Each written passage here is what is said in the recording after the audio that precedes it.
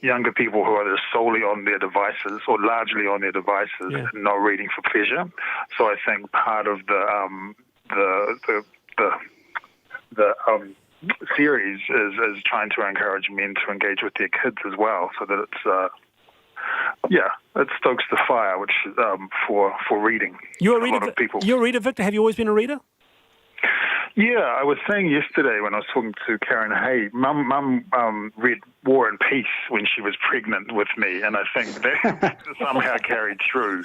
And I'm someone that's always had books in the house growing up, which some people don't have. So yeah, I have been an avid reader, and as I was saying yesterday, I spent all weekend reading Catch and Kill's Ronan Farrow, and now I'm rereading The Road by Cormac McCarthy. Oh, that's a great favorites. book. Yeah, well, that's it's third time. Third time, and I mean, particularly apt time to be reading it, I think. But that book, as bleak it is, is about hope, which is what I like, ultimately. Victor, Wallace, I'm sorry to interrupt, Wallace, but I want to ask Victor a question. Yeah, sure. Victor, go for it. Do you think technology has made a difference? Because, I mean, I'm sitting in my office at the moment surrounded by physical books.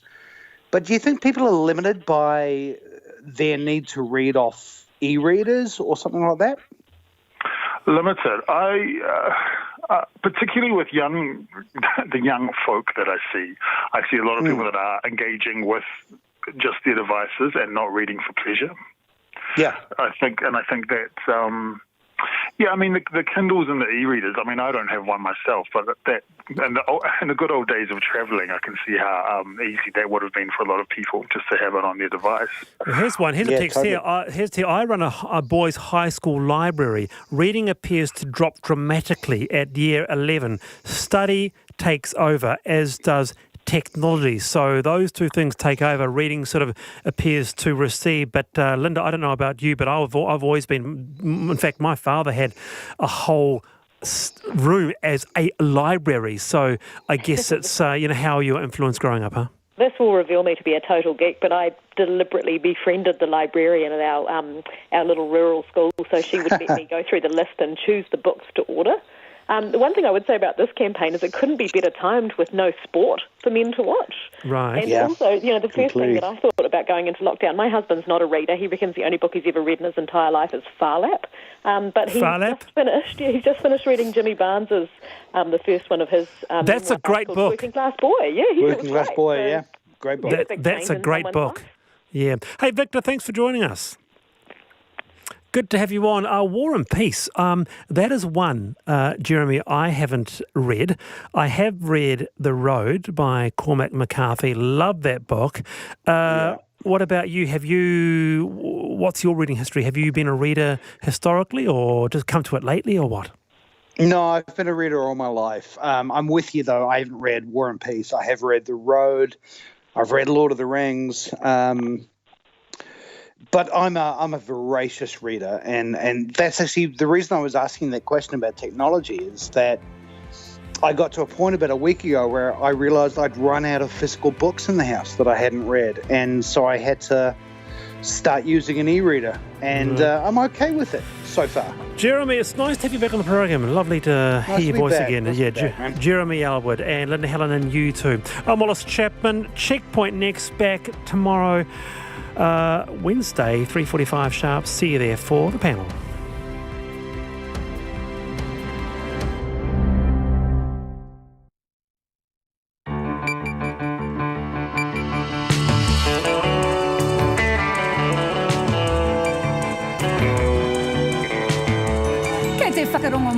Ki te reo irirangi o Aotearoa. This is Checkpoint on RNZ National. I'm Lisa Owen. E Hairiaki nei, our deadliest day yet, with 4 more deaths from COVID-19. 3 of them are Rosewood Rest Home residents transferred to Burwood Hospital.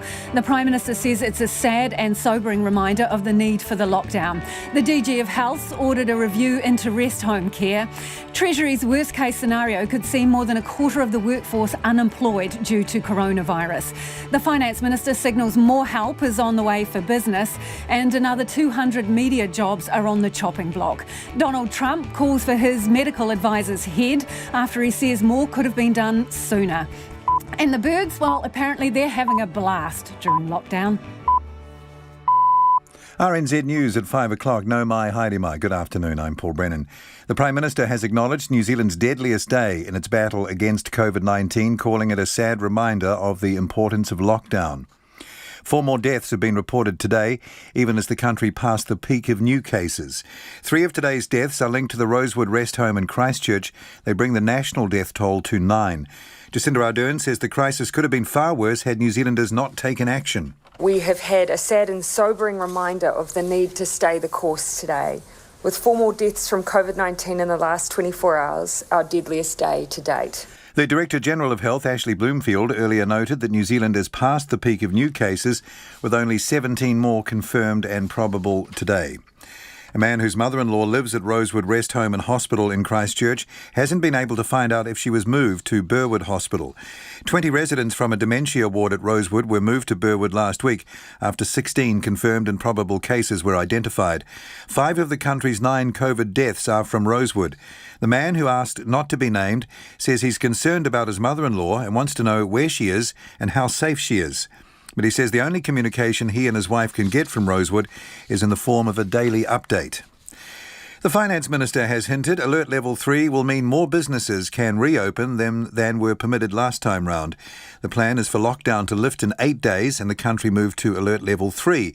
Cabinet will make a final decision on Monday. Grant Robertson has indicated Level 3 will be less restrictive than when the country last experienced it 3 weeks ago. You know, we've had this period of time under Level 4 where we've had a focus around essential services and essential businesses. I think what Level 3 and 2 now allow us to do is talk about, well, within the confines of what we're trying to do at each of those levels, what does constitute safe economic activity. Grant Robertson says some industries like construction will be able to ramp up at Level 3. A new cluster identified in Auckland over the weekend is the result of a private stag do. Health officials said they would not discuss details of the event when it was listed as a new cluster on Saturday for privacy reasons. They did say it occurred before the lockdown rules came into effect, but has continued to create infections. At this afternoon's briefing, the Director General of Health, Ashley Bloomfield, when asked, said he understood it was a stag do. He was also asked why he only confirmed that detail today. That doesn't change what it was. It was a private event. I was specifically asked the question and I replied because I knew the information. The Director General of Health, Ashley Bloomfield. Global cases of COVID-19 have reportedly topped 2 million. The US recently passed Italy with the most deaths from the coronavirus, including more than 1,500 in the past 24 hours. Here's our foreign news reporter, Max Toll. Positive cases have doubled in the past 11 days, and while media outlets around the world differ slightly on the current number, it's important not to forget that each digit represents a real person. The total death toll is swiftly approaching 120,000. There was optimism in Spain today, where about 300,000 non-essential workers returned to their jobs. But in France, the President Emmanuel Macron announced the country would remain in lockdown for another 4 weeks. The World Health Organization is warning against the early lifting of restrictions. This is Max Toll. 2 Degrees is looking at cutting 10% of its workforce, putting 120 jobs at risk. The telecommunications provider says while it is an essential service, it's not immune from the financial impacts of the crisis created by COVID-19.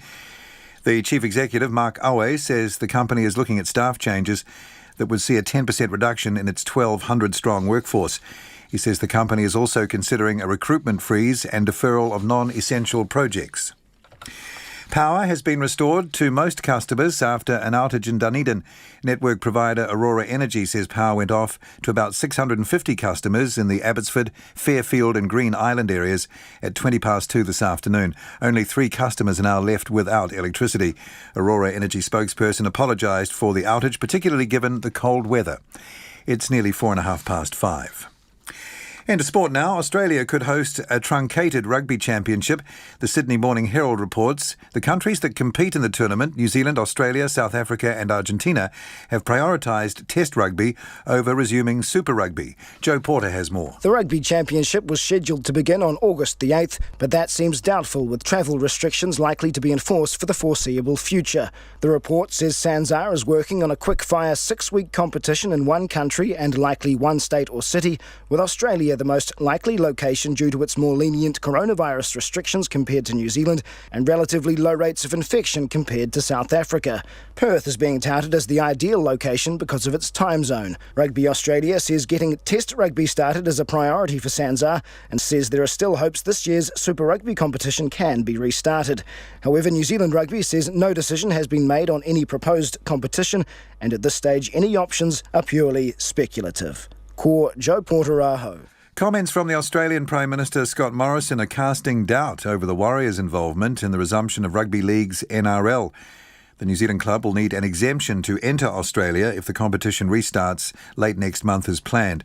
But speaking to the Nine Network, Morrison said the NRL would get no special arrangements. And that's the news. This is a COVID-19 official government announcement. COVID-19 remains a serious threat with new cases every day. You must stay at home, use your local supermarket and exercise locally. Businesses should start thinking about Alert Level 3. Think about how to keep track of suppliers and customers so that they can be traced. Student Volunteer Army is delivering groceries for over 65s, vulnerable people and health workers. You can order and pay online at www.shop.sva.org.nz. Financial help is available if you're struggling due to COVID-19. Check the Ministry of Social Development website. Don't hold off from contacting your GP for any non-COVID health matters. Go to covid19.govt.nz for more information. Now the short forecast from Met Service through to midnight tomorrow Wednesday already. Northland to Whanganui, also Coromandel, Bay of Plenty in the central high country. Showers becoming isolated about now and clearing from Bay of Plenty. Gisborne through to Wairarapa, fine apart from isolated showers today. Cloudy periods tomorrow. Manawatu to Wellington, also Nelson and Marlborough, mainly fine but cloud increasing later tomorrow. Bulla and Westland, fine, however isolated showers north of Hokitika becoming more frequent tomorrow afternoon. Canterbury fine apart from a few showers about Banks Peninsula until tonight. Otago and Southland, showers easing, becoming isolated. Clearing tomorrow morning, scattered rain developing tomorrow afternoon, and southwesterly gales about coastal Otago. They should ease tomorrow. Fiordland fine, apart from isolated showers in the south. Rain developing tomorrow afternoon, and at the Chatham Islands, showers, some heavy with thunderstorms and hail. Just after 5:07. Thanks, Paul, and welcome to Checkpoint. I'm Lisa Owen. Another 3 lives have been lost in the country's deadliest COVID-19 cluster. A group of Christchurch dementia patients shifted from Rosewood Rest Home and Hospital to Burwood Hospital last week. The cluster's death toll tonight stands at 6 of a total of 9 for the whole country, and there are grave fears for the remaining dementia patients being cared for at Burwood Hospital. But family members of a Rosewood resident say they're completely in the dark about whether their loved one was moved to Burwood or not. Katie Todd reports. It's only 8 days since a handful of confirmed COVID-19 cases prompted 20 residents from Rosewood Rest Home and Hospital to be shifted to Burwood Hospital for care. But now only 14 of those residents are still alive. Director General of Health Dr Ashley Bloomfield told media this afternoon the latest deaths were 2 men in their 90s and 1 man in his 80s. The number of cases in the cluster is 34, including those 6 deaths. Dr Bloomfield says the 3 latest deaths came from infections a few weeks ago, and all the victims had underlying health conditions to some degree. That does not make today's news any less sad. This is the largest number of deaths we have reported on any day in New Zealand from COVID-19, and it is a sobering reminder of what is at stake here. I do want to acknowledge the families associated with these people who have passed and offer my sympathy and those, I think, of all New Zealanders. Dementia Ward 2 at Rosewood appears to be where the outbreak started, and the Canterbury District Health Board says it's very likely a staff member was the source. After the first confirmed case, the Health Board moved quickly to shift those patients to Burwood Hospital, south of Christchurch, where they could be isolated and cared for away from the rest home's other residents.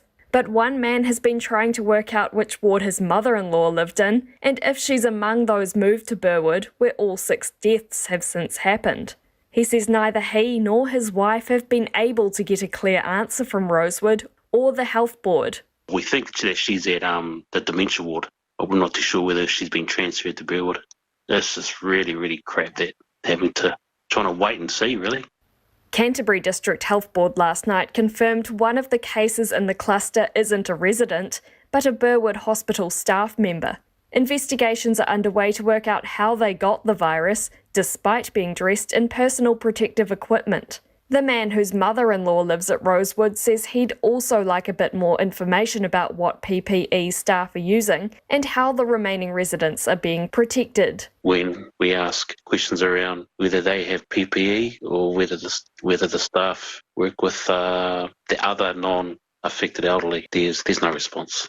There's just that lack of transparency. But other family members of residents have spoken out in support of Rosewood staff. Dr. Bloomfield read 2 statements today praising the incredible job they're doing to protect residents and keep them in touch with loved ones. That's echoed by Christchurch woman Mandy Lawrence, who helped her father move into Rosewood in January. She says it's clear staff did everything they possibly could to keep COVID-19 out, and she has this message for them. We were allowed to send flowers. I would have sent many bunches by now. I know firsthand how much effort you guys put in, and, as a daughter of a resident there, I'm so sad that you're all going through this. Sure, we're going through the stresses as well, but knowing what you guys put in, the efforts you've put in, it's really sad that this has happened. Neither the Canterbury District Health Board or the owners of Rosewood Rest Home and Hospital responded to requests for comment today. For Checkpoint, ko Katie Todd, TNA. And in breaking news, we have received a statement from St Margaret's Residential Aged Care Facility, and this is in Te Atatu in Auckland. They say they can confirm that the Auckland Regional Public Health Service has notified us that staff and residents confirmed as positive and probable COVID-19 cases at the facility are now part of a larger cluster. They say that Auckland Regional Public Health was notified as soon as the first result was confirmed in early April, and we have been working closely with them since. The statement goes on to say, we swiftly identified all staff and residents who had close contact with the confirmed and probable cases. All residents, families and staff have been notified of this situation.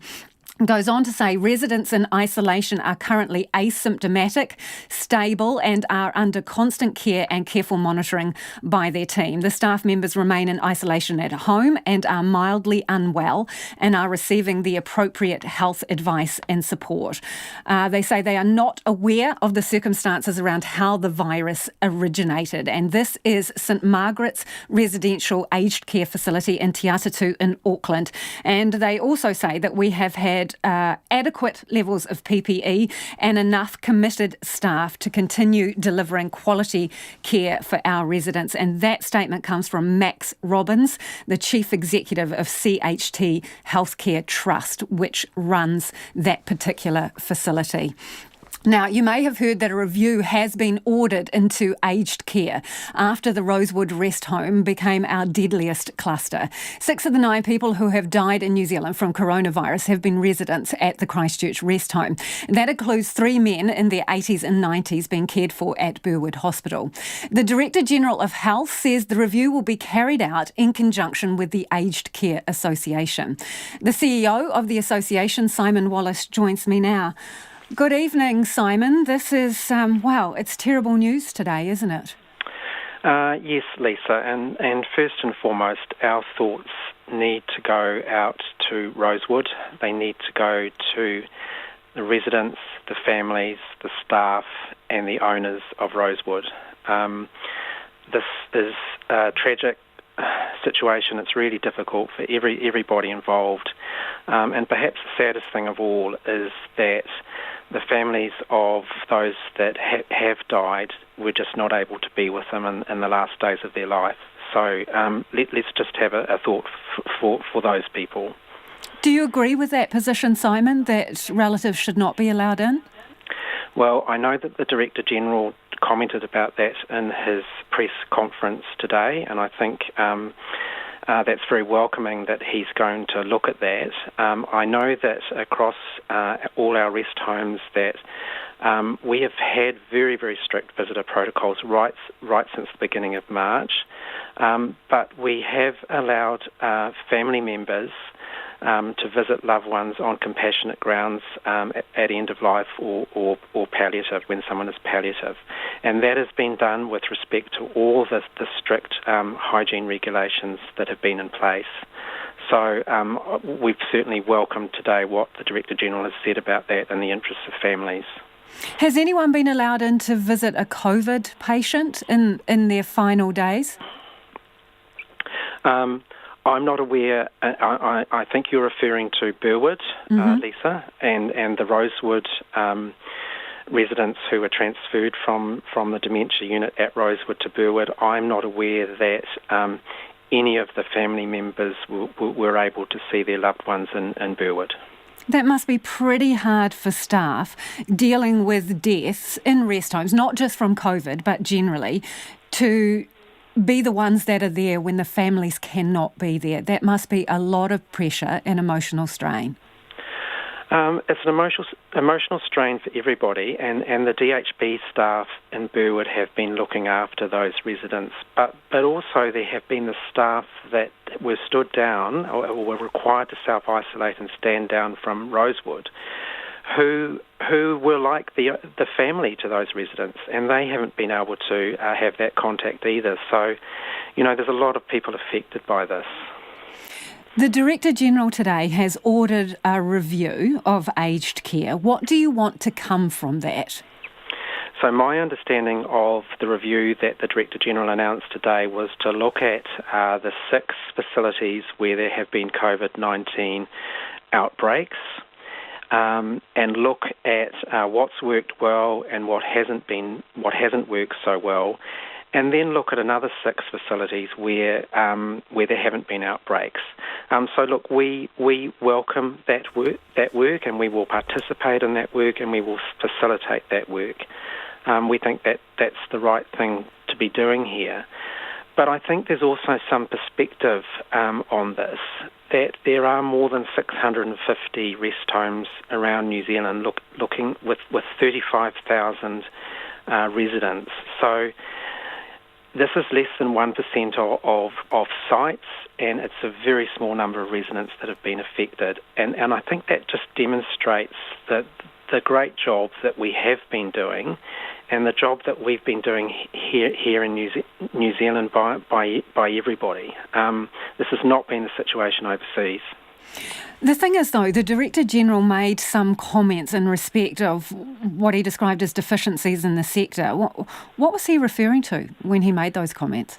I can only think that he was referring to Rosewood when he made those comments, Lisa, and I think that was unfortunate because it created a situation that it might have created a perception that there were deficiencies across the whole industry. And as I've indicated to you, we're only talking about 6 facilities here. So that was unfortunate, but we're doing a really good job. And I think the other thing is that we are a professionally run industry by registered nurses and by highly trained and qualified caregivers. So we are looking after very vulnerable, frail and elderly people. And the sector is in good heart and doing a really good job. Can you give us an idea of what alert level 3 might look like in a rest home, what that would mean for families and for the residents? I would think, Lisa, that our sector would be one of the last to come out of any lockdown. The rest of New Zealand may come out of a lockdown before us, but I would think we would be the last to come out of a lockdown. And no, I don't know what level 3 will look like at this point. Realistically, how long do you think it will be before people can visit their loved ones in a rest home? The rest of the year? Oh, look, I would hope it's not that long. I mean, we take direction from the government and the Ministry of Health, and we're working really closely with the Ministry of Health on this. I don't think anybody can put a time frame on it. And, the Prime Minister hasn't done that either. So I don't think that I can put a time frame on that. But if the rest of the country comes out of lockdown on the 22nd of the month, is it your belief that that basically won't apply to rest homes? You won't be able to drop down a level? Well, as I think you've seen in other jurisdictions, certainly in the UK, where over 70s have been told to stay at home for 12 weeks, it's not just about old people in rest homes. It's about our older population in general who are the most vulnerable. So look, I can't foretell what will happen, but what I'm saying is that I think it will be longer for our sector. What else do you need there? Do you need more testing in your sector? We need a range. We need an armour, if you like, of initiatives to fight this virus. It's having adequate PPE. It's having good infection prevention control. It's putting our new residents into 14 days isolation. And yes, testing is absolutely part of that. So it's part of a suite of measures. We have. What do you mean by that, Simon? Sorry to interrupt, but are you talking about testing everybody coming into a rest home facility, regardless of whether they're showing symptoms or not, including staff, or what would you like to see in terms of levels of testing? So we would like, firstly, in regard to residents, and I'll be clear about this, new admissions, so new residents before they come into a rest home, whether they are being discharged from a public hospital or from the community, we are asking of the ministry for all those people to be COVID-19 tested. And if they are positive, we will not take them. If they are negative, we will still put them in isolation for 14 days. And we are also calling for frontline aged care workers, for nurses and our caregivers to be tested as well. Randomly tested, regardless of symptoms. I'm not a clinician, and I don't want to pretend to be a clinician. But I think it's important that our staff are also tested. And we heard the Director General today talk about a lower threshold for testing. We welcome that, but there is some ambiguity around what he means about that with respect to both residents and our workers. But we're saying test our frontline workers as well. It may be that those workers are tested in areas where there have been clusters or areas where there are more COVID cases. I'm not a clinician, but that would need to be worked through. You mentioned PPE, so personal protective equipment. Are rest homes, do they have enough of it? I'm still unclear. Well, they didn't at the beginning of March until we agitated, and I think I spoke to you on the 3rd of March about this. And we agitated throughout the first couple of weeks of March to get PPE for our rest homes. I have to say it was quite an effort, and it took a number of weeks for that equipment to arrive. What I can say now is that our rest homes have very good access to PPE, albeit there are one or two pockets in DHB areas where that's not the case, and we're working on that. But where are those pockets? I don't have that to hand, sorry. Our members tell us. I'm sorry I don't have that information to hand, Lisa, but there are one or two areas where there are still issues, but largely it's very good now, and they have the equipment that they need. We're several weeks into this, so should there be any pockets that don't have enough of this equipment? No, there shouldn't, and I think those questions need to still be asked of the Ministry and the DHBs. Are you asking those questions? I know you've had conversations with Dr. Bloomfield and overnight. In terms of the PPE, yes, we're talking to them daily about that, and me and my team are talking to them daily about that and identifying the areas where there are still problems. Really appreciate your time this evening. That is Simon Wallace, who's from the Aged Care Association. It is 24 minutes past 5 and you're with Checkpoint on RNZ National. Keen for your feedback? You can text us on 2101, tweet us at checkpointrnz or email checkpoint@rnz.co.nz. The Finance Minister has given the country a sneak peek at what Alert Level 3 and 2 might mean for those longing to return to work. Addressing the Epidemic Response Committee today, Grant Robertson told MPs the next stage was allowing businesses to reopen, providing they can meet a set of public health principles. That's much more freedom from what New Zealanders were given for the brief period the country was in Alert Level 3 before the lockdown. Our political reporter Joe Moyer explains. For 48 hours, New Zealand experienced Alert Level 3 before the brutal clampdown of freedom hit with nationwide lockdown on March 25th. That time will be a blur for many, but in reality it had almost as many restrictions as that of Level 4. Almost all businesses were closed, as were schools and daycares. Mass gatherings were banned and domestic travel limited to essential workers. But as the country crosses its fingers, lockdown will lift in 8 days. Finance Minister Grant Robertson has hinted there will be fewer restrictions at Level 3 this time round. You know, we've had this period of time under Level 4 where we've had a focus around essential services and essential businesses.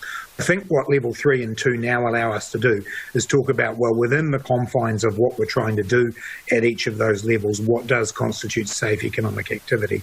Mr Robertson's comments come on the same day Treasury released forecastings that unemployment could be kept below 10%, but could get as high as 26% without massive interventions. A pickup in the global economy, the government spending tens of billions of dollars, and ending the lockdown next week are all crucial to avoiding devastatingly high job losses. Mr Robertson says some industries, like construction, will be able to ramp up when the country moves out of lockdown.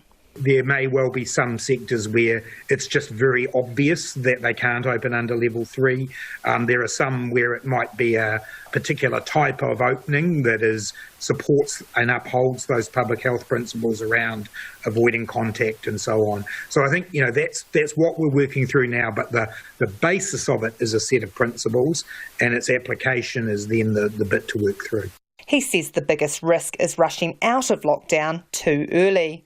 What worries me when I look not so much to Australia, but when I look to Europe and perhaps the United States, is that the enthusiasm that people have to come out of a very restricted environment too early means the possibility of more disruption by yo-yoing between levels.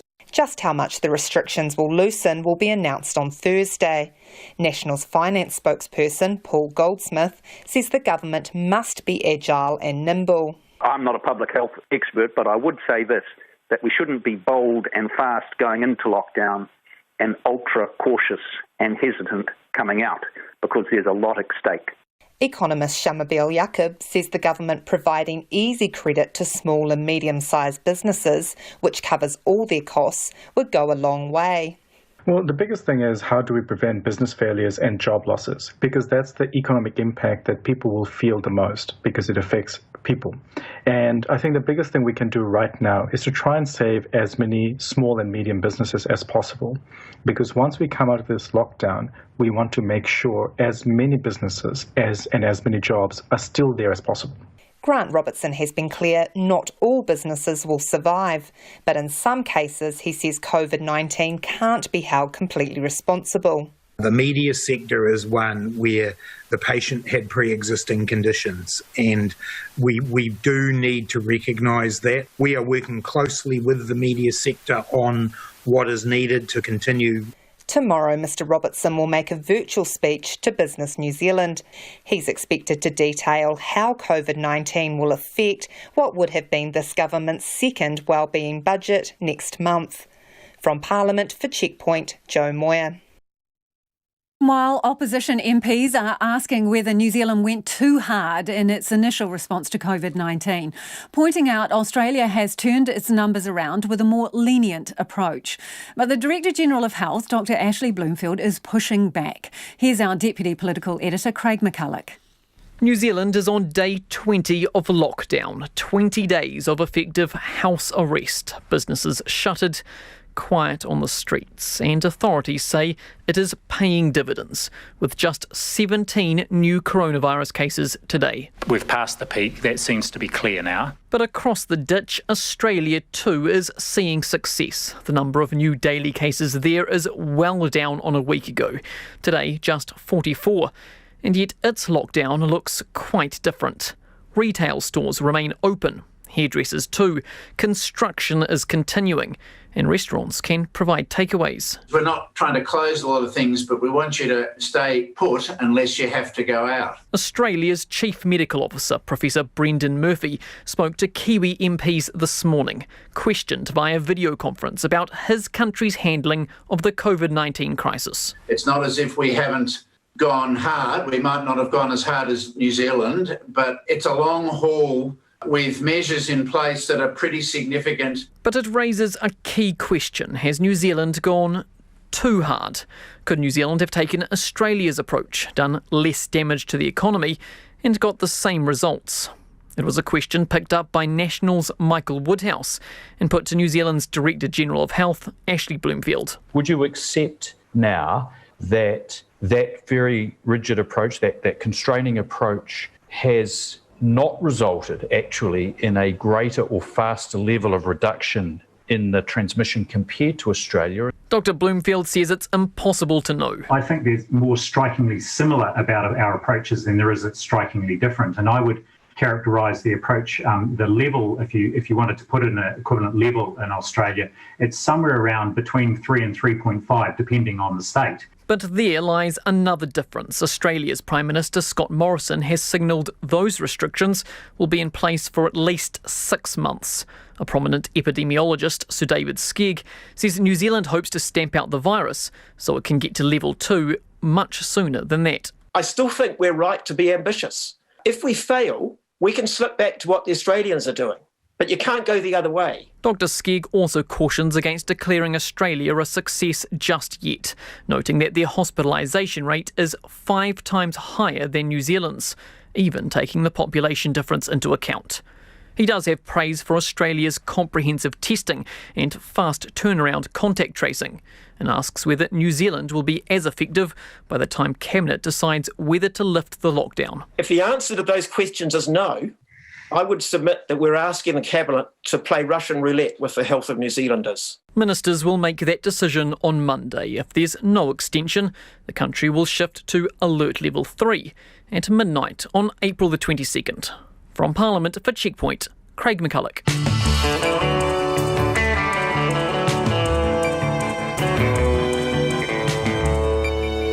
Coming up on Checkpoint on RNZ National, 200 jobs are on the chopping block at media company NZME. The owners of the Burger King franchise in New Zealand go bust, and why the birds have made a comeback during lockdown. We'd love to hear from you, especially as school goes back tomorrow, or if you have a loved one in a rest home. You can text us on 2101, you can tweet us at Checkpoint RNZ, Facebook us Checkpoint, or send us an email, checkpoint@rnz.co.nz. But now it's time to get to the headlines. Thanks, Lisa. The Prime Minister says New Zealand's deadliest day to date is a sad and sobering reminder of the importance of lockdown. 4 more deaths have been reported today, bringing the total in the country to 9 as the country passed the peak of new COVID-19 cases. Jacinda Ardern says now is not the time to let up the effort against the virus. Rest homes around the country will be scrutinised by health officials after more deaths of elderly New Zealanders. 3 of the deaths today were from the Rosewood Rest Home in Christchurch. There have now been 5 COVID-19 deaths linked to the home. The Finance Minister says not all businesses can blame their revenue losses completely on the coronavirus. Grant Robertson says some came into the epidemic already behind. Meanwhile, he's also suggested Alert Level 3 will mean more businesses can reopen than were permitted last time round. The number of people turning up at hospital emergency departments in Nelson and Blenheim has more than halved during the lockdown. Nelson Marlborough Health says it's down to fewer accidents and seasonal illnesses. The Easter holiday road toll was 0 for the first time since 2012. The RSA is asking people to tune in and stand at home for this year's virtual dawn service on Anzac Day. The RSA and the Defence Force will host the service from 6 o'clock online and broadcast it on radio because of the lockdown. The government is launching extra support for students tomorrow, allowing them to apply for bigger student loans. It says it will also change the rules so no one will be disadvantaged if they have to abandon their study this year because of COVID-19. And 2 Degrees is considering cutting 10% of its workforce, putting 120 jobs at risk. The telecommunications provider says while it is an essential service, it's not immune from the financial impacts of the pandemic. It's also considering a recruitment freeze and deferral of non-essential projects. And those are the headlines. Thanks, Paul, and welcome back. This is Checkpoint, and I'm Lisa Owen. Let's get to the business news now with Nona Peltier, who's joining us via the Skype machine. Hi, Nona. The Burger King owners, that franchise in New Zealand, well, it's gone bust, but plans are underway to reopen when the lockdown lifts. What's going on here? It's a little complicated too. It's not a straightforward receivership. So basically what we have is a situation where three companies, like they're basically holding companies. So they're the parents of the operating company. The operating company is not in receivership, but its owners are. So the owners are in receivership, but the company that actually runs the Burger King chains in New Zealand is not in receivership, and it can trade when the lockdown lifts.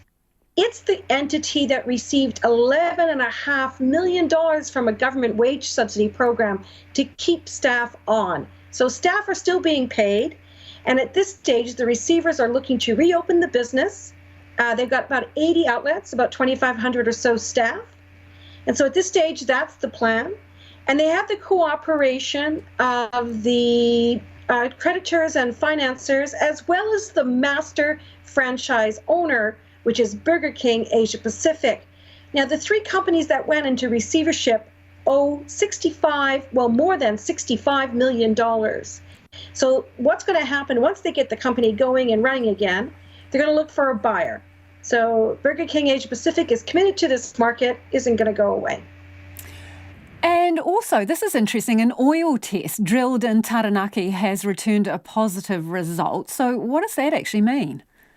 Well, they got a positive result. This is a company called OMV, and they've been testing the Taranaki Basin for a while. Their test came back positive for a find. Unfortunately, they had to shut down their operation because of the COVID-19 lockdown. And so they weren't able to complete the technical assessment. So at this stage, they won't offer an estimate of how much they think is there. However, they did say today that it is significant. They're all pretty excited about it, and they're working with their partners. So once the lockdown lifts, perhaps we'll learn more. And what else has been going on the markets today, Nona?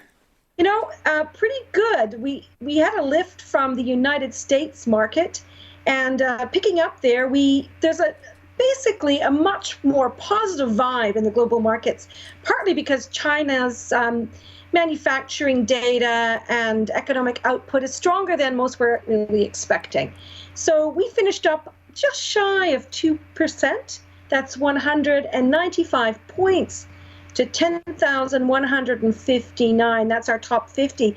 And just as a note, because we did mention NZME has these significant layoffs there, their price rose 8% today on that news. So anything that's going to save that company, obviously, is something the market likes.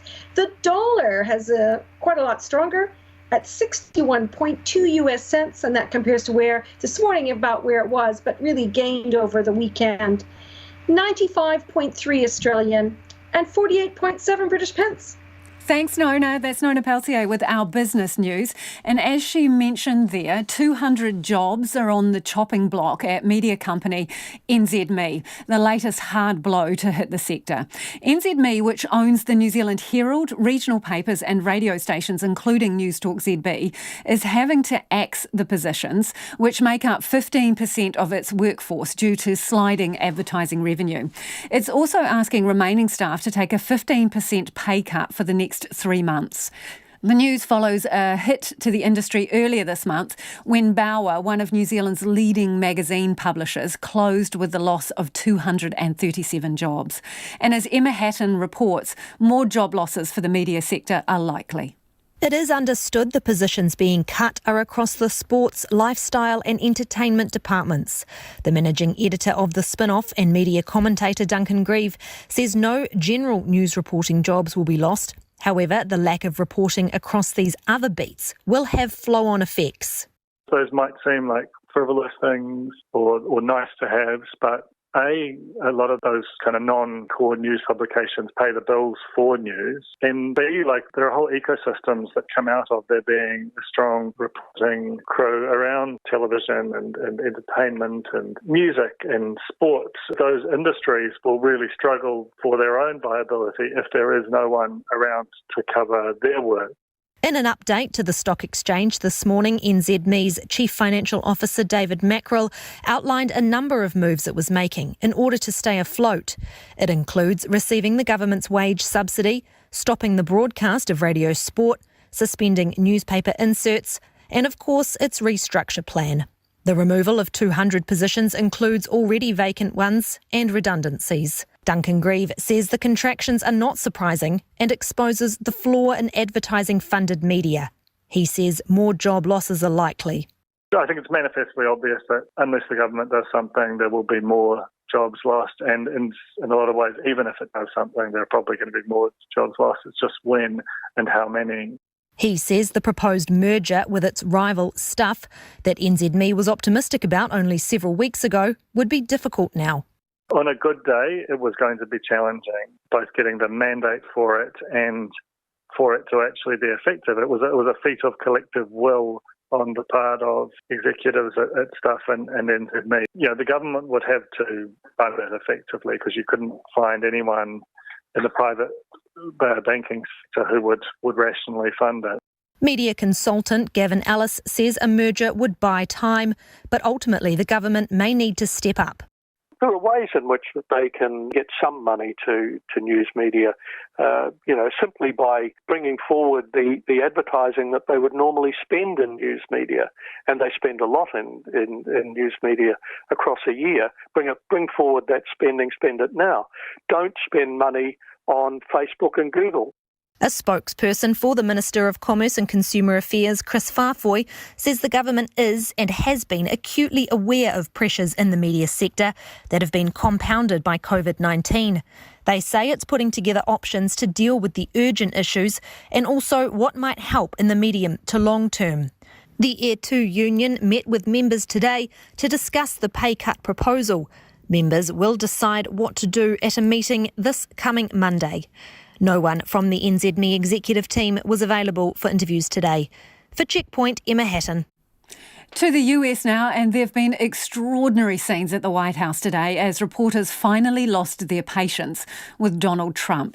Their grilling was prompted by the US president playing a campaign-style video that praised his apparently decisive response to the pandemic. He said his staff had put it together.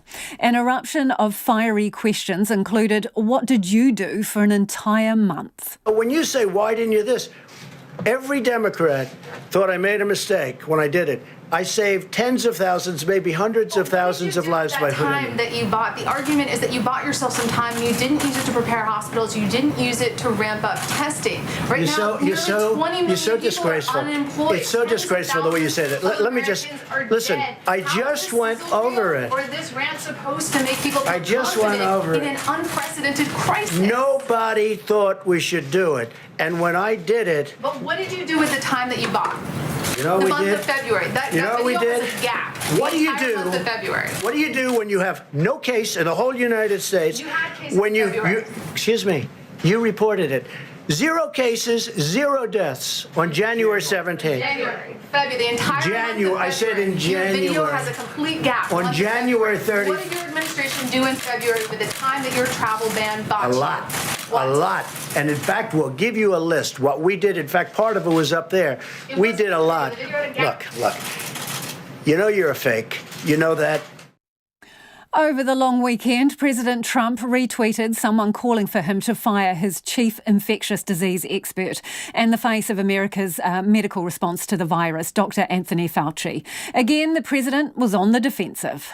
I don't want to put words in Anthony's mouth, by the way, and I like him. Today I walk in, I hear I'm going to fire him. I'm not firing him. I think he's a wonderful guy. Tweet something that said fire Fauci. Why did you fire Fauci? I retweeted somebody. I don't know. They said fire. Doesn't matter. Did you notice that when you retweeted it? Yeah, I noticed everything. So you retweeted it even though it said time to fire Fauci? No, that's somebody's opinion. All that is an opinion. And you elevated it. I was called about that. I said, I'm not firing. In fact, if you ask your friends in the office, in the public relations office, I was immediately called upon that. And I said, no, I like him. I think he's terrific. Because this was a person's view. Not everybody's happy with Anthony. Not everybody's happy with everybody. The US is swiftly nearing 600,000 confirmed cases and 24,000 deaths, more than 1,500 of which came in the past day. Back home now, and some regions face the possibility they will be left without air travel links post-COVID-19 as regional airlines drop down the government's support list. Money from the government's $600 million aviation support package has been spent on keeping freight and lifeline links running. But it's left those that aren't deemed essential, fearing they will never take to the skies again. Rachel Thomas reports. If you've taken a short hop across Cook Strait in recent years, you were probably sitting on a Sounds airplane. The airline connects Wellington to Picton, Nelson and Blenheim and flies other routes Air New Zealand pulled out of over the years. But the airline has received no support from the government's aviation package. The managing director of Sounds Air, Andrew Crawford, says he's making every effort to keep his airline afloat, but is being met with brick walls. We've been working through the wage subsidy, but it's going to run out. I mean, when it runs out, then it's over. We'll go into recession. And maybe the liners will just let them go broke. I mean, that's what we'll have to do. And maybe that's the way it's going to play out. Who knows? Air Chathams has received funding to make 3 return trips to the Chatham Islands each week, carrying essential freight like medical supplies and food for the island's residents. But its routes to the Kapiti Coast, Auckland and the Bay of Plenty are suspended indefinitely. Its general manager, Dwayne Emini, says these service scraps are keeping Air Chathams alive. So what we were able to do is get funding to have a minimum of 3 return flights a week, 1 to each of the ports that we fly to regularly anyway, and then offset a fair chunk of our indirect costs to effectively put the rest of the airline into hibernation into that fund. But without that, we would have been in a very, very difficult position. Tom Forster from the Ministry of Transport says support for airlines is being assessed on a case-by-case basis. Priority is being given to routes that carry essential food, medicine and COVID-19 tests to remote communities. He says the government has fast-tracked 8 initial funding agreements worth $4.7 million with airlines that include Air Chathams, Barrier Air, Fly My Sky, Island Air Charters and Air Napier. Mr Forster says it's reviewing applications from others who provide lifeline services or freight, and Sounds Air is welcome to apply.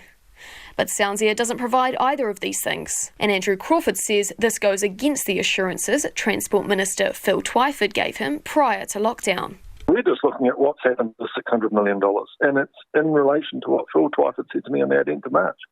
We're not going to let you guys down. We're going to support the regional networks. You're a key part of the infrastructure of this country. And he said, I want you to deal with the Ministry of Transport and make it happen. So then we dealt with the ministry, and it wasn't that story at all. RNZ asked Phil Twyford for an interview about that conversation, but he was unavailable.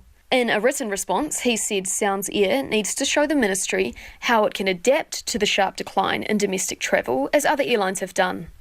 Barrier Air has received funding for 2 return flights a day to Great Barrier Island to provide essential needs only. Its chief executive, Nick Pearce, says this is okay for now, but they'll need to have another chat once the immediate crisis ends. The focus of the business has turned certainly away from profitability to just survival. When the time is right, there'll be another discussion to be had around the economic recovery or the recovery of the aviation industry. Phil Twyford says the government will consider extra funding support for aviation services where needed after the lockdown.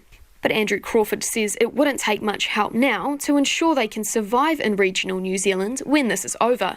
We're not talking tens of millions of dollars or anything like it.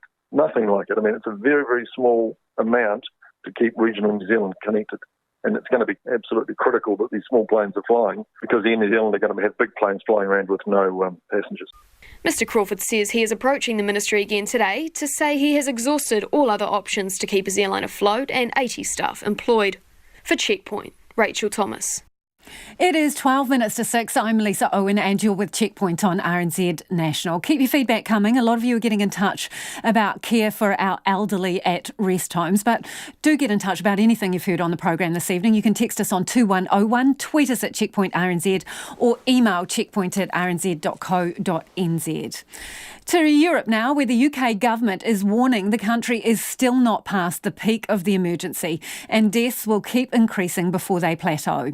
717 people are reported to have died in the past 24 hours. Here's the BBC's David Shookman. The grief is personal, but the pain can touch millions. When Anne McCook from Preston died, her smiling face was shared around the world. A source of comfort to her daughter Emma, who until the end had been looking at research into her mother's chances. On the left, it was how many people had been admitted, and at that point she was on the left, she was in that figure. But then when she passed away on the 10th, she was on the right. She was one of the figures of death. And it's heartbreaking because to everyone else, that's just a number. But that number was my mum. And I don't think people are connecting numbers and graphs and figures to real living people that aren't going to come back from this. And Emma is desperate, like so many who've lost loved ones, for people to follow the rules. Over the holiday weekend, many usually popular spaces have been much quieter. But because of the impact of the lockdown on the economy, there are constant questions about when the measures will be relaxed. And at today's government briefing, the First Secretary, Dominic Raab, standing in for the Prime Minister, said it was still too early.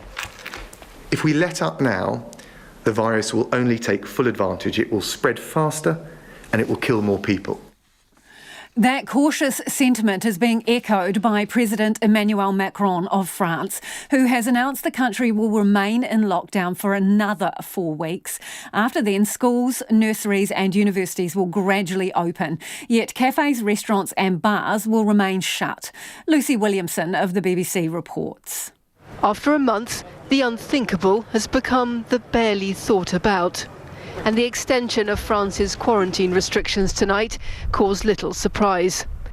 In a televised address, President Macron said there would be no end to the lockdown here for another 4 weeks.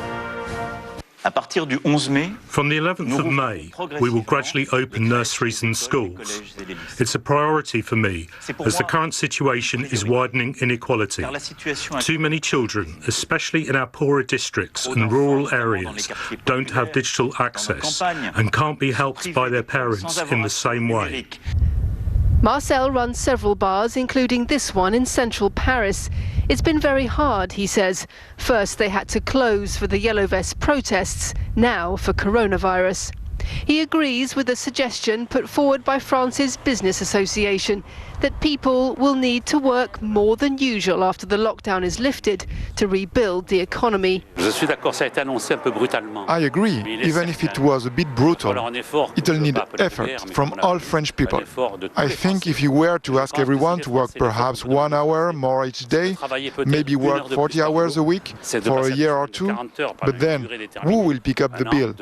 Businesses, bosses, workers, everyone must make an effort, a war effort. And in Spain, that effort is already beginning to pay off. The government has allowed some factory and construction workers to return to work, even though restrictions remain in place for the rest of the population. Deutsche Welle's Ben Waldron reports. In Madrid, workers are back on the job for the first time in weeks. They've been allowed to return to work in hopes of getting the country's economy back on its feet, even with COVID-19 still claiming hundreds of lives every day. It's a tightrope act the Prime Minister said was necessary. The virus threatens to take lives and at the same time crush the economic and social fabric of our country, which is why this decision requires a combination of measures to prevent contagion, to allow the recovery of our health system and to avoid the paralysis and collapse of our economy. Nearly 1 million jobs have been wiped out since Spain went into lockdown in mid-March. Employers say acting now to reopen businesses while observing strict safety measures could prevent more job losses. So far, the company has not had to consider laying off workers. We are going to try to get all the activity going again and keep the jobs that way. All workers are wearing masks and gloves. We have stocked up on sanitizer and we are actively looking for more masks because we don't know how many times they can be reused. But at the moment, we all have enough. Yet earlier today, the head of the World Health Organization warned against the early lifting of restrictions. Dr. Ghebreyesus said moving too fast could lead to a resurgence in new cases. Back home, and humans may not be loving this lockdown, but it's a different story for our feathered friends. Scientists say New Zealand's birds are becoming more confident in their surroundings. Now they don't have to compete with cars, buses, trains, planes, and of course, people. Dr. Danielle Shanahan from Zealandia in Wellington says it's great to see. Katie Doyle reports. It's a sound many of us have become accustomed to since the lockdown began, with more and more birds taking advantage of their newfound freedom. With less traffic on the roads and fewer people rushing around town, New Zealand's birds are flourishing. One of the main things that people are noticing at the moment is just how vocal the birds are. They're not having to compete with the constant traffic noise. And as a result, we're hearing them much more, and they're certainly seeming much more abundant at the moment. That's Dr. Danielle Shanahan from Zealandia in Wellington, an area of native bush home to a huge range of threatened and endangered bird life. She says the birds have become far more curious and adventurous since the lockdown began. We have essential workers going into the valley to look after particularly our endangered wildlife that relies on supplementary food. And they're noticing that especially the young birds aren't encountering people as much. They're becoming extremely curious and checking out the ranges as they go about their daily tasks. Ecologist Dr. Margaret Stanley from the University of Auckland says the increase in bird numbers may be due to drought conditions, forcing them to look for food in people's gardens. But there could be another reason. And it might also just be that we are seeing birds because we're home. So, maybe there's not more birds around our backyards in our cities, but in fact we're actually just observing them more because we're around, we're walking around our neighbourhood, we're at home. Dr. Stanley says the birds will be enjoying the decrease in noise, light and air pollution, along with slightly messier public parks, where maintenance has stopped. She says the real test will be to see if it lasts once the lockdown is lifted. Will we go back to always driving our cars, or will be people maybe getting used to working at home and work at home a few more days a week? Might we be more acceptable of less maintenance by council around parks and gardens? Forest and Birds Megan Hubsher says it's wonderful to hear birdsong in the lockdown, and she hopes it will make people appreciate the environment more. But she says not all birds are better off. Seabirds in particular have not fully fledged yet. We've got a lot of seabirds still in their burrows and haven't learnt to fly or leave their nests yet. And those seabirds, like penguins, some shearwater around the country, are at imminent risk of being predated because trapping isn't occurring. Forest and Bird, along with other conservation groups, is now calling on the government to prioritise the environment in its post-lockdown recovery plan. In an open letter, the groups say economic recovery should also work to tackle climate change, a decline in native species, poor fresh water quality and ocean stress. For Checkpoint, Katie Doyle. Let's get to some of your feedback now. A lot of you getting in touch with the situation regarding rest homes. So our death toll for COVID-19 has sadly risen to 9 today. 6 of the deaths are from Rosewood Rest Home. A nurse has got in touch to say how many of the dead at this rest home had had the flu jab. We need the information and honesty. This happens every year. Signed, nurse of 40 years. Someone else says it is inhumane for a person who dies and their family can't see that loved one before they die. This is not Ebola. How hard would it be for family to have protection just as caregivers do? It is disgusting, elder abuse and incredibly painful for families. It is not right, like a tyrant state. Julia's got in touch to say, regarding the residents transferred to other rest homes from Rosewood, if those residents are not tested for COVID-19 prior to transfer and are subsequently found to be vectors of transmission, Julie says it would seem reasonable that such outcomes could be considered within the context of culpable homicide as a probable risk factor had not adequately been managed. Another person says it is worth remembering that only one hospital around the world has managed to provide care for COVID patients without having staff infected. It is likely that this virus is even easier to transmit than we realise. So perhaps we should not be so quick to judge the rest homes. Can I suggest that every rest home worker be tested now just as part of national surveillance? Silent transmission of non-symptomatic workers to residents could be a real risk. And that's Sean from Dunedin. Thanks, Sean, for getting in touch. Another person says that they're concerned about residents of rest homes being quarantined.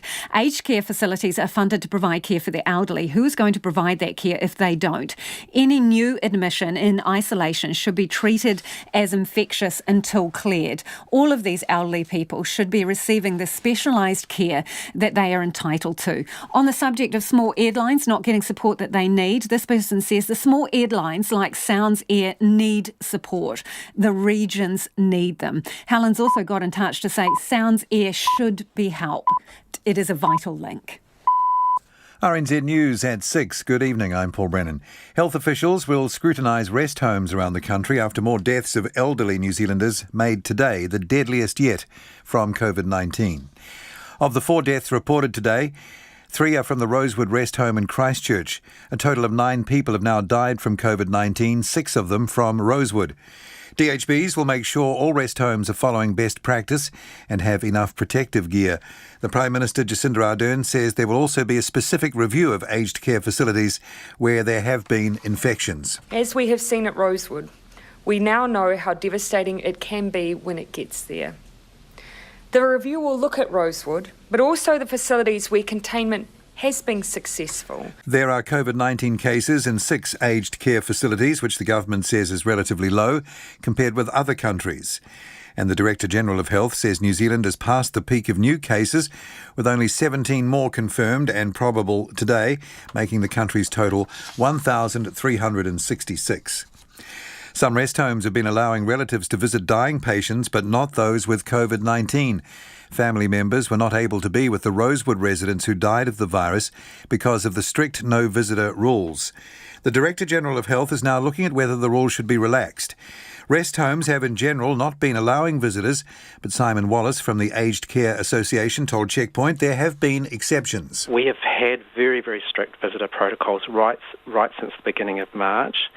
But we have allowed family members to visit loved ones on compassionate grounds at end of life, and that has been done with respect to all the strict hygiene regulations. Simon Wallace from the Aged Care Association. A man whose mother-in-law lives at Rosewood hasn't been able to find out if she was moved to Burwood Hospital. 20 residents from one of Rosewood's dementia wards were moved to Burwood last week after 16 confirmed and probable cases of COVID-19 were identified. The man who asked not to be named told Checkpoint he's feeling concerned about his mother-in-law and wants to know how safe she is.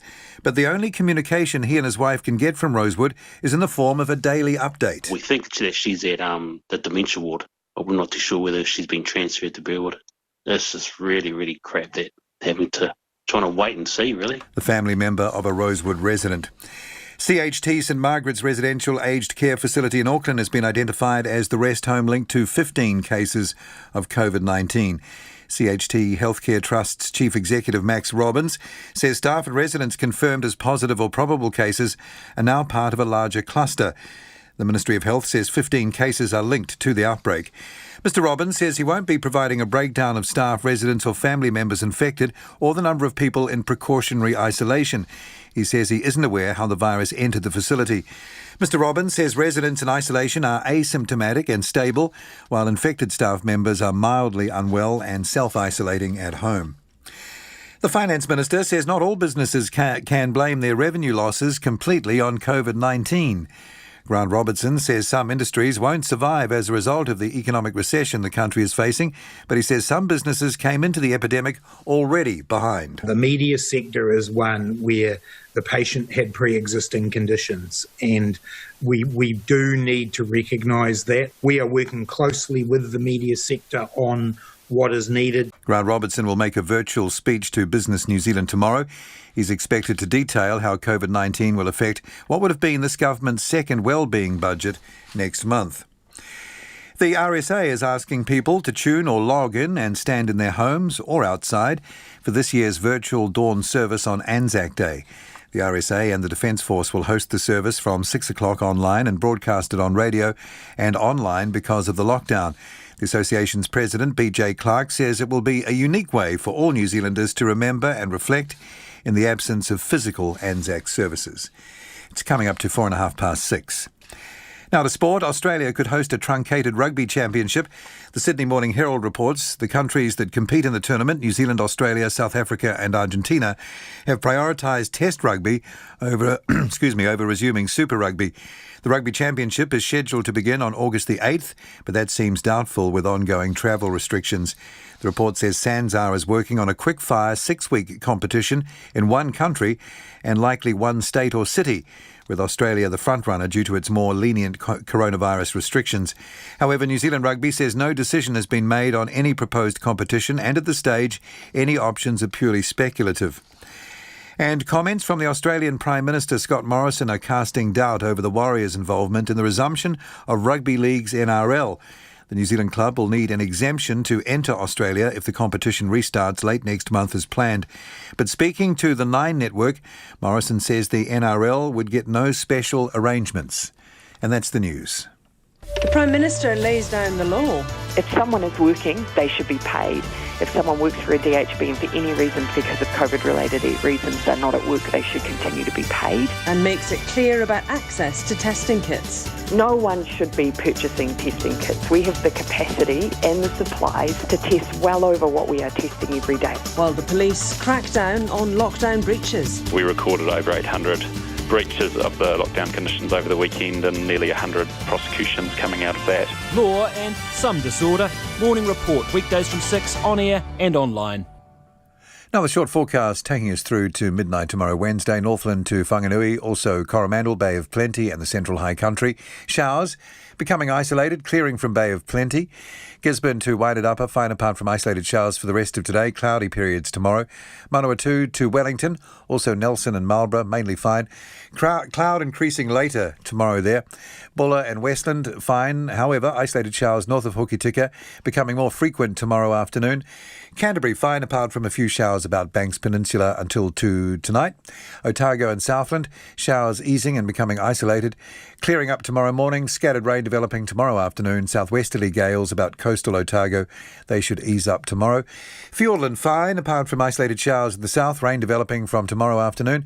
And at the Chatham Islands, showers, some heavy thunderstorms and hail. It's nearly 6:07.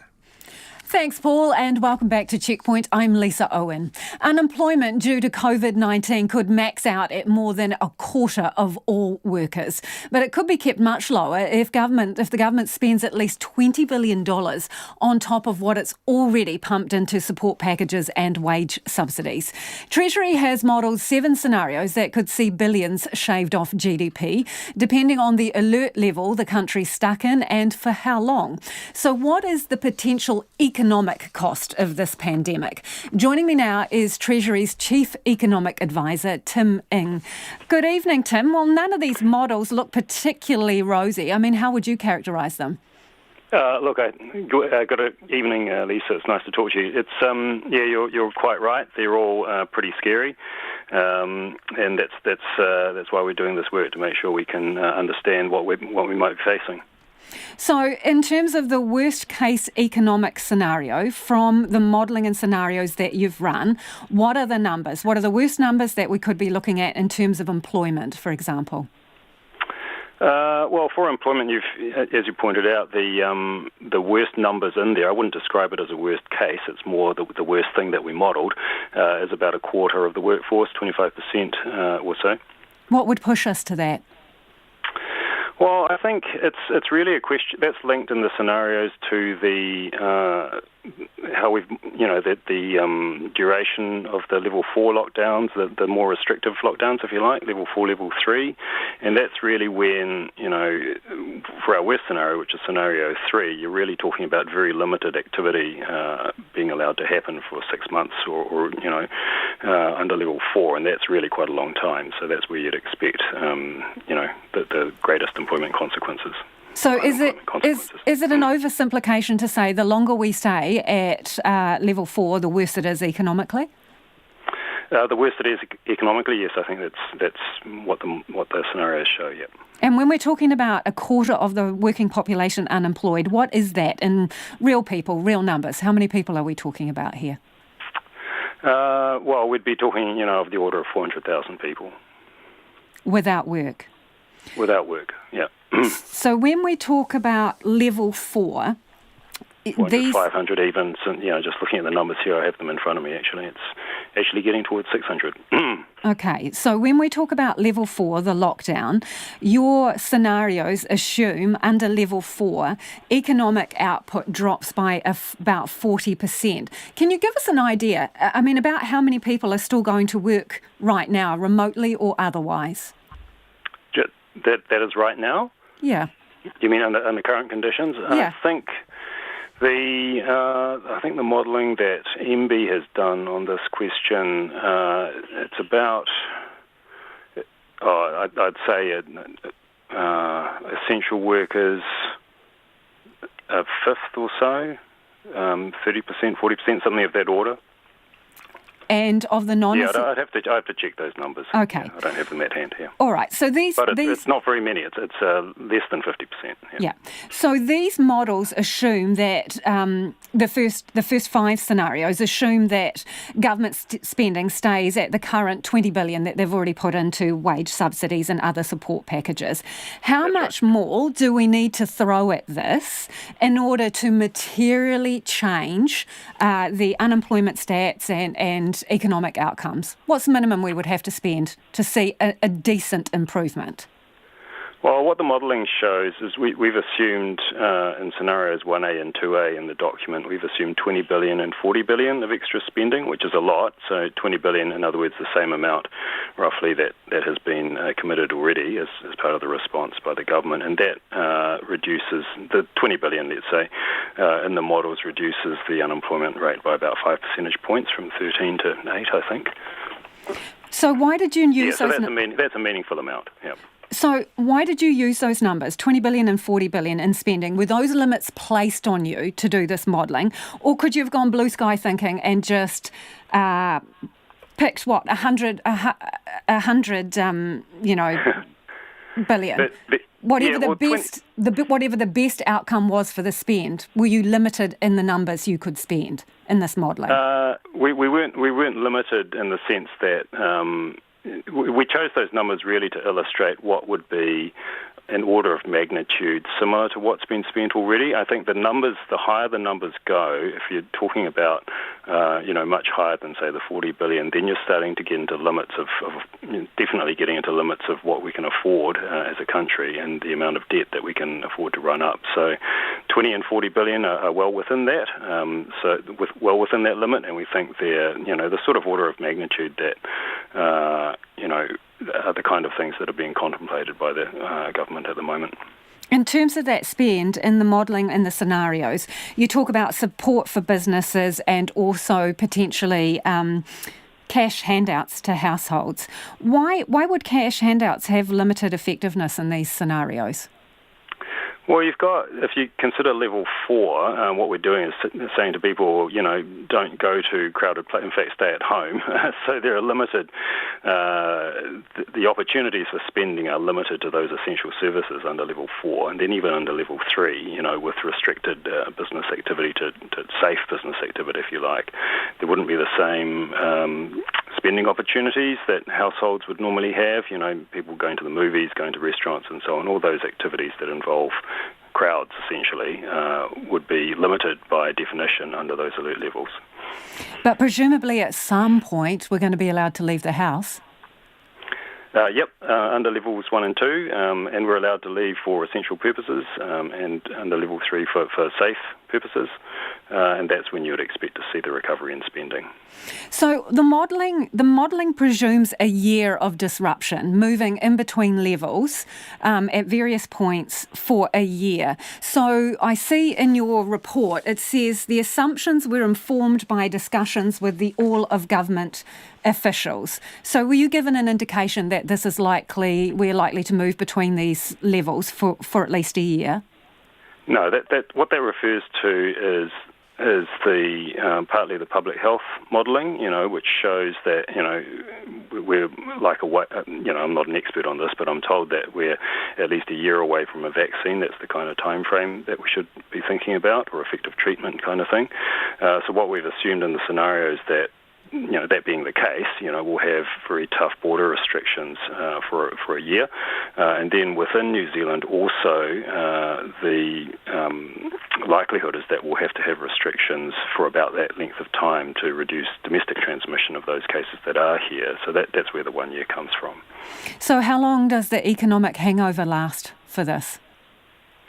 Oh, look, that's a tough question. I suppose under scenario 1, where we've got a relatively quick exit from the toughest restrictions. So that's the 4 weeks, that's the 1 month at level 4 scenario, yeah? Yep, and then 1 at level 3, I think. That's what. Yes, that's correct, yeah. Yep. So you'd expect under that time, from the indications we've been getting from talking to businesses and so on, that's relatively recoverable from, the hibernation sort of works, and that you can get things started again, and that's, some people have described it as your V-shaped recovery. I think under the tougher, or the scenarios with longer lasting restrictions or longer periods of restriction, that's when you would worry about more permanent damage or more longer lasting damage to the ability of the economy to get started again. So what are we talking, longer. 2 to 3 years? That's probably at the outside, I would say.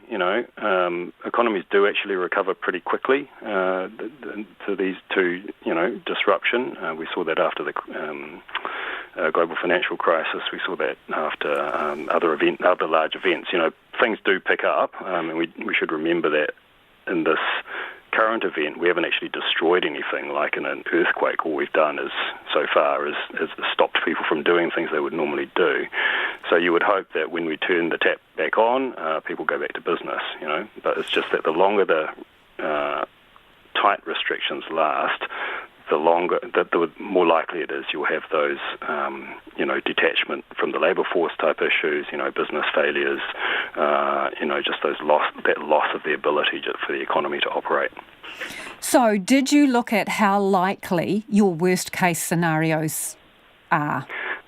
No, this isn't really an exercise in likelihood.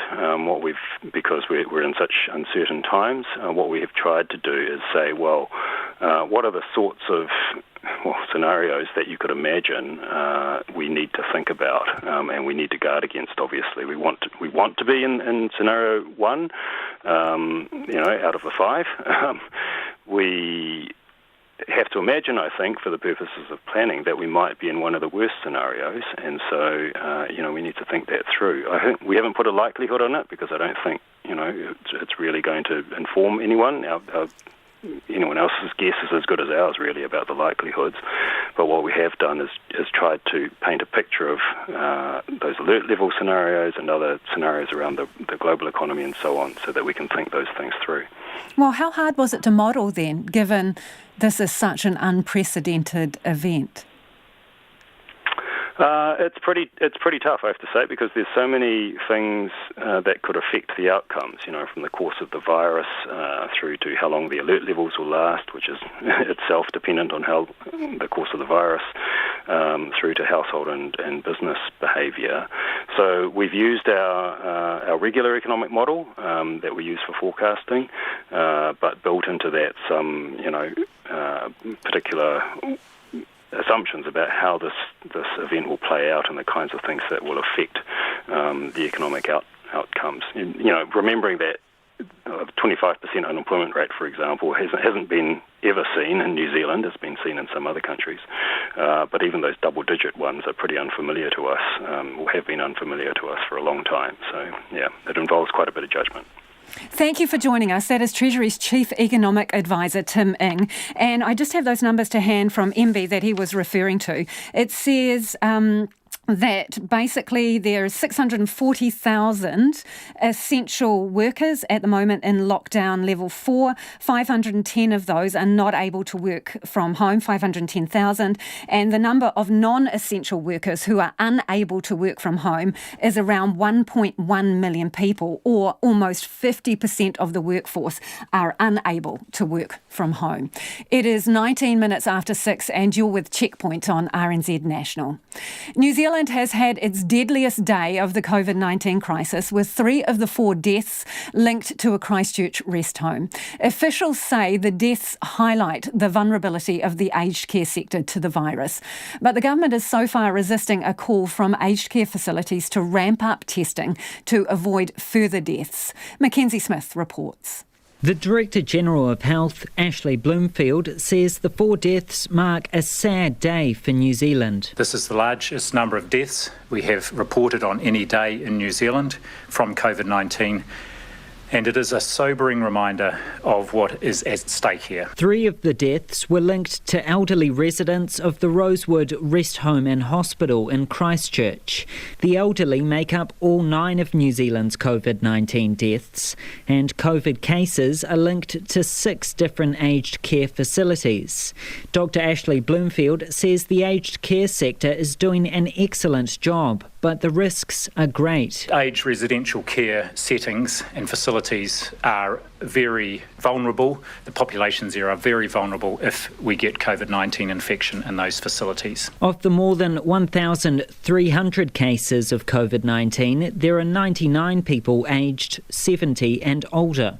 Even though those aged 20 to 29 remain the biggest case group, the elderly are by far more likely to die. A report released on Sunday by academics at the London School of Economics found aged care residents account for up to 57% of the deaths in 5 European countries.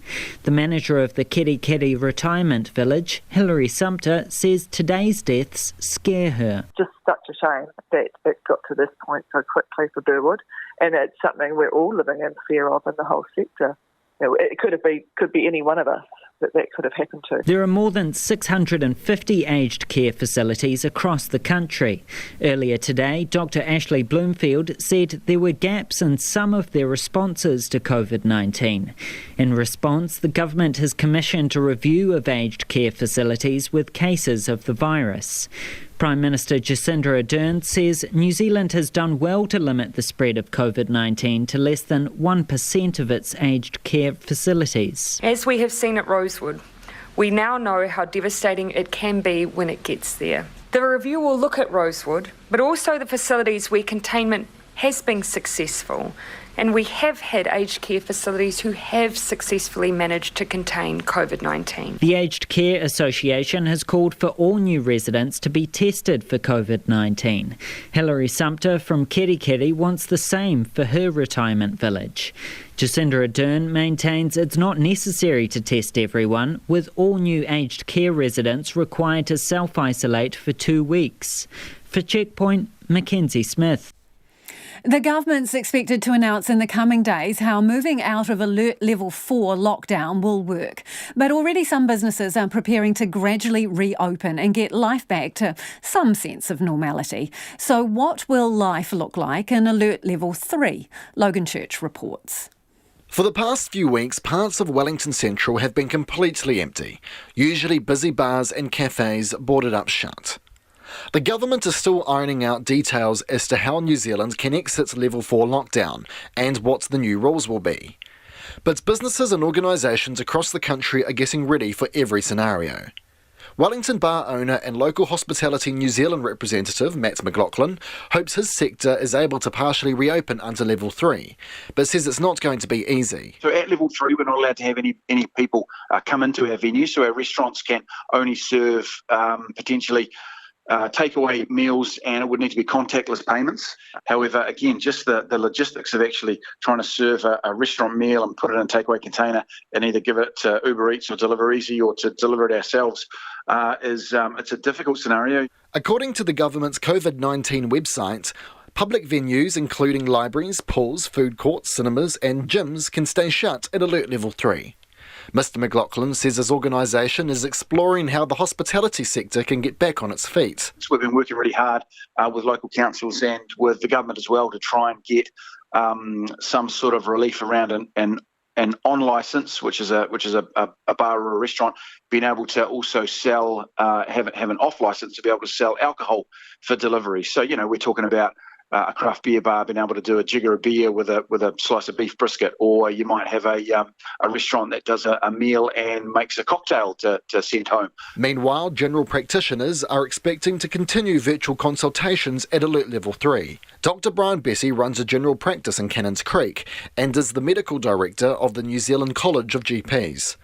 He says while there were a few bumps getting virtual consultations up and going, he is well set up to continue offering them. I think the way we're delivering service at the moment, and general practice is open for business, this is a really important point, and patients do need to continue with their chronic ongoing care. But the way we're doing it at the moment, by giving an option for telephone, for video or for a face-to-face consultation, will continue if we drop down to level 3 at this point. There is still a lot of detail yet to be announced. The Funeral Directors Association President Gary Taylor has been asking the government to loosen restrictions on gatherings for funerals. But he says so far his organisation has been told not to expect any changes at alert level 3. Allowed right now, a family who were in the isolation bubble of the deceased, and those people can still come to the funeral home and view the deceased. They are also able to travel to the cemetery or crematorium, and depending on the local authority, they may be allowed to attend the graveside, they may be allowed to attend the chapel in the crematorium, but that's the local authority makes those decisions. But the basic problem is that there is no gathering, no funeral service. So therefore there is no meaningful farewell or goodbye. Other measures like social distancing are expected to continue, with mass gatherings still banned. Epidemiologist Professor Michael Baker says unlike other countries such as the UK, who are gradually reducing lockdown measures while managing community transmission of COVID-19, New Zealand is trying to stamp it out completely. He says that means everyone has to rethink how they live their lives. Everyone needs to keep thinking about how do I minimise the risk of transmitting this virus or getting the virus from someone else, and assume that people you meet have the virus, that surfaces you touch in a public place might be contaminated. So we've just got to change our way of looking at the world, unfortunately. But that's what coming out of the lockdown will mean. And then the government has to gently balance that need to stop transmission of the virus with the need to get all of our industries and activities gradually resuming in a normal fashion. The government will announce what the country should expect in Alert Level 3 on Thursday. For Checkpoint, Logan Church. An illegal dinner party organised by medical workers in Tasmania could have contributed to a major outbreak in the Australian state. Earlier today, Australia's Chief Medical Officer, Brendan Murphy, gave a briefing to a New Zealand Parliamentary Committee about Tasmania's experiences coping with COVID-19. He casually mentioned the rumour, but it has since gained so much momentum. The Australian police have been asked to investigate. The ABC's Felicity Ogilvie has more. It just was emerging on social media today that Brendan Murphy had been speaking to this parliamentary committee in New Zealand this morning, and he has come up with the idea that this outbreak in Burnie at the hospitals has come from an illegal dinner party. You have to be prepared to deal with further outbreaks. I mean, we thought we were doing really well in the last week, and then we had a cluster of 49 cases in a hospital in Tasmania just over the weekend. Most of them went to an illegal dinner party of medical workers, but we think... Just reminding you of how big this outbreak in northwest Tasmania is. More than half of Tasmania's coronavirus cases are from the northwest coast, and most are linked to people who've been working at that hospital in Burnie. And most of the infected people are medical staff. Now, about 1,000 of those medical staff are now in quarantine, along with their families in lockdown. So that's about 5,000 people on the northwest coast in their homes. The Tasmanian Premier, Peter Gutwein, says at this point the dinner party is just a rumour, but is one that needs to be urgently proven or dispelled. I accept that this is a serious allegation and it's something that needs to be followed up. And so we will retrace our steps, but importantly I've asked the Tasmania Police investigate this matter and that will be started today. And just enough time for a bit of your feedback before we go. Obviously, today was a very sad day with the announcement of more deaths due to COVID-19. 3 of those deaths were from the Rosewood Rest Home, patients who had been moved to Burwood Hospital. This person's written in to say, does the PPE available to rest homes include N95 respirators with exhalation valves? Those may protect the wearer if properly fitted and tested and used, but do nothing to protect anyone else, because the exhaled air is unfiltered. A staff member could have picked it up at the supermarket and be infectious, but asymptomatic, pre-symptomatic, or even afraid of losing their job. If using a valved respirator, their risk of passing it on to a resident is basically the same as wearing no mask at all, especially as the weather gets colder and air tends to linger with more windows closed. From there, it could be spread rapidly among residents before anyone noticed, with disastrous consequences. My mum lives in a dementia care home. I would like to see her again. I don't want her to die alone in a hospital bed. John's been in touch. John says, I'm 78, had a good innings. I think people should not be entitled to a lot of money spent on them in their last couple of years, but we should be entitled to a comfortable and dignified self-chosen death. Thanks for getting in touch, John. We are back tomorrow. RNZ News headlines at 6:30. A prominent epidemiologist has warned ministers they'll be playing Russian roulette with the nation's health if they lift lockdown without improving contact tracing. Health officials will scrutinise rest homes around the country after more deaths of elderly New Zealanders made today the deadliest yet from COVID-19. This year's Anzac Day dawn service will be broadcast on the radio and online for people to virtually attend from home. And the government will unveil more support for small businesses this week as it prepares to possibly move New Zealand out of Alert Level 4. Those are the headlines. Our next news will be at 7. Tonight on Nights, epidemiologist Dr. Michael Baker makes sense of the latest COVID-19 numbers. Our mineral man, Patrick Phelps, explains why coal is an essential industry during the crisis. We've got a smart talk on sex and socialism. Better for women, apparently. And we check in with Cooper Crescent Otara